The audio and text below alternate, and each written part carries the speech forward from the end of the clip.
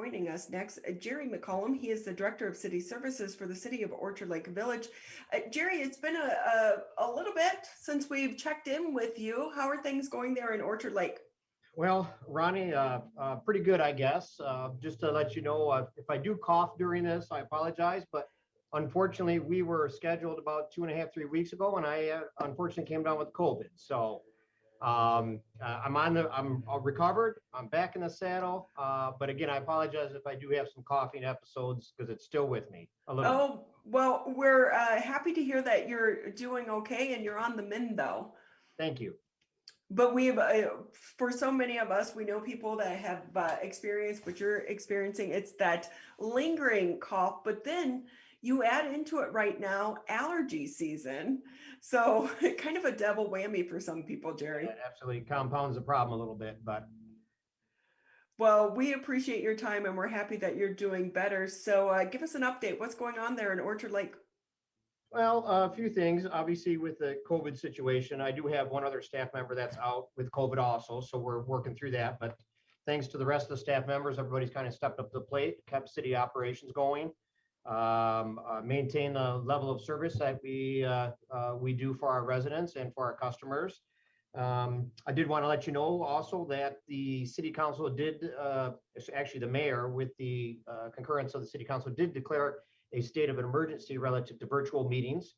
So we will continue to hold our city council meetings virtually based upon the resolution that was adopted by city council. So it's a busy time of year around here right now. You know, we're in the process of developing budgets for the upcoming fiscal year, which starts July 1.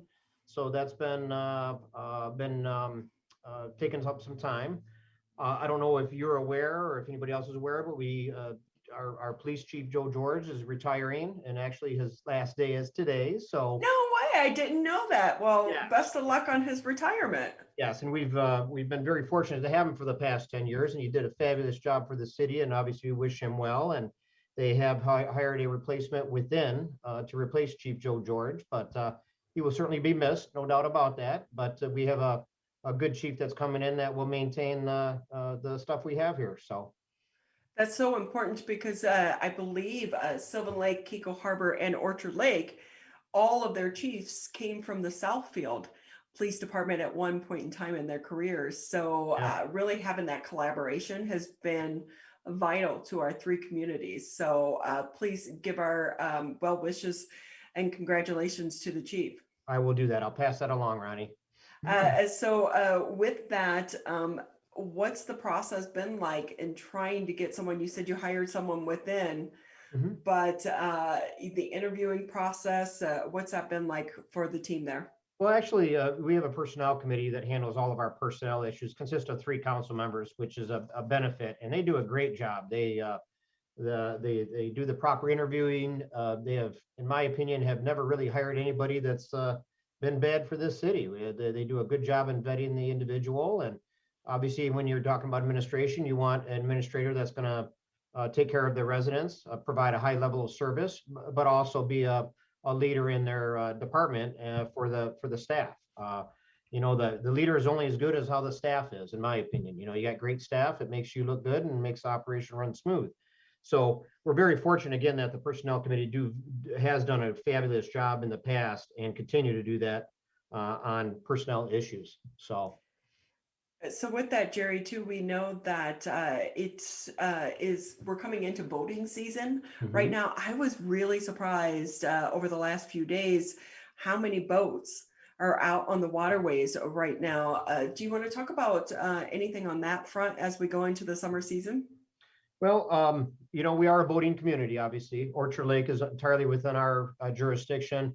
We also front on the south side of Cass Lake and on the east side of Upper Straits Lake. So we are a boat community. I think with everything with the COVID, Ronnie, over the last year, I think the recreational aspects of anything doing outside has increased dramatically, especially boating.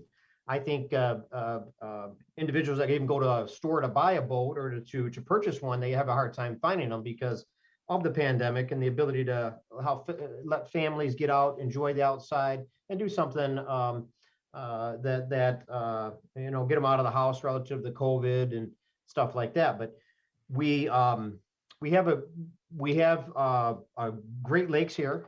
We actually have an aquatic advisory board that handles anything to do with the waters of Orchard Lake. We can do that because obviously that lake is entirely within our city, but they do a great job with weed harvesting, herbiciding, marine patrol, etc. So we're very fortunate to have that aquatic advisory board under our umbrella also. We're talking with Gerry McCallum here on the MegaCast. He's the Director of City Services for the City of Orchard Lake Village. With that, Gerry, too, how long do you anticipate virtual meetings are going to continue? Well, the resolution that was adopted by City Council will allow us to go through December. There's provisions also in the state legislation and in our resolution that if and when this pandemic eases and or hopefully, Ronnie, is totally gone someday, we will go back to in-person meetings. The virtual meetings is a tool that I think we need right now based upon obviously the amount of cases that we have here in Michigan, although they are in the last week or so declining, but we just don't know how many people will show up at a council meeting. And we do have a very small room, so we are limited on capacity. We want to make sure that any citizen or resident can be heard, whether it be with a zoning board of appeals case, whether it be a council action on anything. So virtual meetings is what we're going to maintain at least through the end of the year. Hopefully we can lift that sooner. That's the plan. Well, and we know that for some people, it's actually worked out better for them as well with their schedules. So, Sure. kind of a silver lining to the pandemic, if you will. Indeed. Gerry McCallum with us here, Director of City Services for the City of Orchard Lake Village. And with that, Gerry, anything maybe I didn't touch on that you want to share with the listeners and viewers? Just one thing real quick on budget, Ronnie, if you don't mind, is, the city has been very fiscally responsible throughout many years. Again, this will be our 5th or 6th consecutive year where the millage rate will maintain at its current level. So there's no increase in the millage rate for our taxpayers. So we have a finance committee that does a fabulous job in putting a budget together. And I think it's kudos to them and to our city council for being so fiscally responsible over the years, and administration too. Always underrunning our budgets, not overrunning our budgets. So financially, the city is in just fabulous, great shape. Our pension obligations are dropping. Our other post-employment benefits are dropping. So we're in a good position right now financially. So.